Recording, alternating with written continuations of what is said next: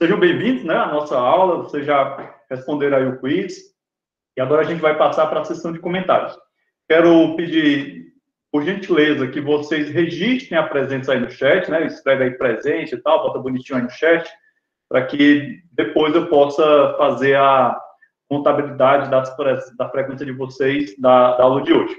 Bom, gente, então, hoje nós vamos estudar, nós vamos nos aprofundar, na verdade, num dos temas, nos assuntos que eu acho mais fáceis dessa parte de lógica proposicional, que são os tablôs analíticos. Tablô analítico, tablô semântico também, como alguns autores costumam chamar, certo?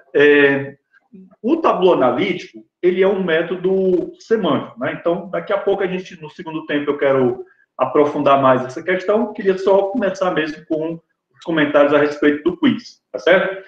Outra coisa, quem chegou atrasado e não pôde pegar o quiz, né, fazer o quiz, não se preocupa não, que eu vou fazer uma segunda chamada desses quizzes, tanto os quizzes passados, né, para o pessoal que entrou no segundo, no reajuste, né, como alguém que perdeu algum quiz a partir de hoje, certo? Então, vou marcar uma segunda chamada e, no futuro, eu vou marcar uma segunda bateria de segunda chamada de quiz, né, mais para o final do semestre, para quem tiver perdido outros quizzes, certo? Assim, beleza?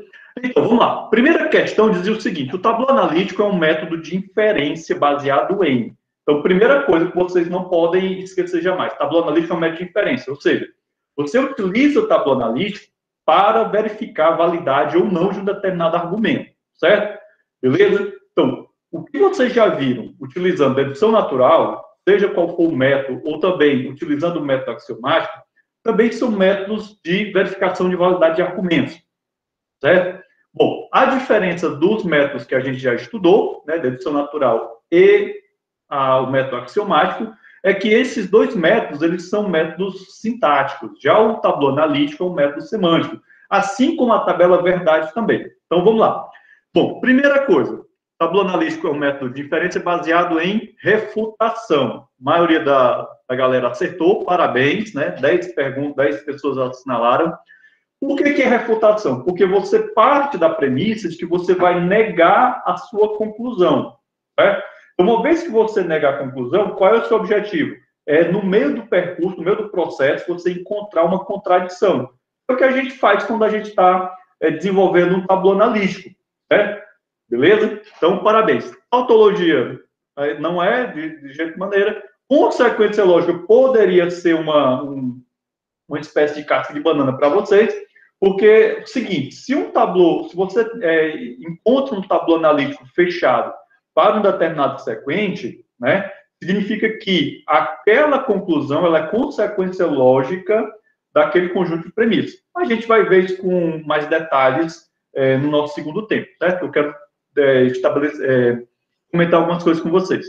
Contradição também poderia confundir vocês, né, porque, afinal de contas, quando você tem um tablô analítico fechado, na verdade, você encontrou uma contradição, né? Você acaba encontrando contradições. À medida que você vai fechando ramos, significa que você vai encontrando contradições. Mas, né, são alternativas que foram colocadas aí mais para confundir vossas senhorias. Beleza? Bom, segunda pergunta. No tablô analítico, as fórmulas são marcadas da seguinte maneira: antecedentes com T e consequentes com F. Verdadeiríssimo, certo? Então, no tablô analítico, você tem lá um sequente, todos os antecedentes deverão ser marcados com T, significa true, e os consequentes, ou o consequente, você marca com F. Né? Lembrando que quando você vai validar um determinado argumento utilizando o tablô analítico, você está pegando um sequente, que no caso é um argumento, né? E aí você está verificando a validade ou não dele. E lembrando sempre, quando você tem um sequente, aquelas formas que estão à esquerda do símbolo de catraca são as premissas, são seus antecedentes. E o que está à direita é a conclusão. Beleza? Todo mundo aqui acertou. Parabéns, show de bola. As regras de expansão alfa e beta são assim definidas. Bom, gente, vocês viram no método da dedução natural, né, regras de inclusão e de exclusão de conectivos. Naquele outro método da dedução natural, que utiliza regras de inferência e regras de de equivalência, vocês viram 20 regras ao todo, né? E aqui no tabuleiro analítico, você tem basicamente dois conjuntos de regras, que são as regras alfa e as regras beta. Né? No segundo tempo, eu vou mostrar para vocês uns paralelos entre os métodos, tanto do tabuleiro analítico, como também da dedução natural, utilizando os dois métodos da dedução natural. O segundo tempo está pancada, certo? Bom, a maioria da galera acertou, regras alfa são sequenciais e regras beta geram bifurcação. Então, não tem por onde correr. É sempre lembrar, você vai aplicar uma regra alfa, ela vai gerar uma sequência, né? Então, não tem bifurcação. Regras beta geram bifurcação. Por quê? Porque as bifurcações, elas dão ideia de alternância, né? Então, você deve lembrar, por exemplo, uma disjunção que é marcada com T, né? Lá, de acordo com a regra beta, ou um dos disjuntivos é verdadeiro ou o outro. Né? Então, você tem lá uma disjunção marcada com T ou um outro é verdadeiro. Essa é a ideia da disjunção que a gente vem trabalhando desde o início que a gente começou a ver a semântica da linguagem da lógica proposicional. Certo? Beleza? Entendido? Parabéns, a maioria acertou. Bom, essa daqui, né? Ramo fechado é um ramo que não possui mais formas para ser expandido. Eu imaginei que a quantidade de pessoas que iam errar essa questão ia ser bem maior, mas graças a Deus, ainda bem que estou vendo aqui que a maioria acertou a questão. Por quê? Porque eu fiz ela de propósito para confundir vocês.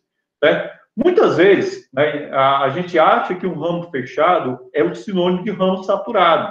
Só que não é. Né? O ramo fechado é aquele ramo que a gente encontra a contradição. Né?